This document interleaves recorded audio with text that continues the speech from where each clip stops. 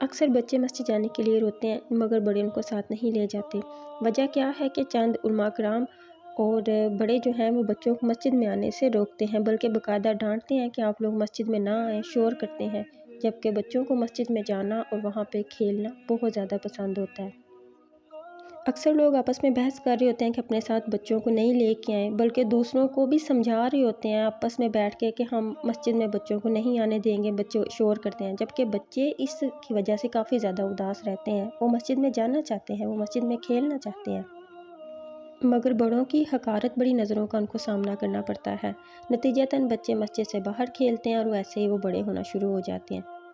مسجد میں چند ایک لوگ ہیں جو مسجد میں آتے ہیں تو اس وقت یہی بڑے بچوں کو نصیحت کرتے ہیں کہ مسجد کی طرف آؤ، مسجد اللہ کا گھر ہے، مسجد میں آنا چاہیے، لیکن اس وقت تک بچے مسجدوں سے بیزار ہو چکے ہوتے ہیں۔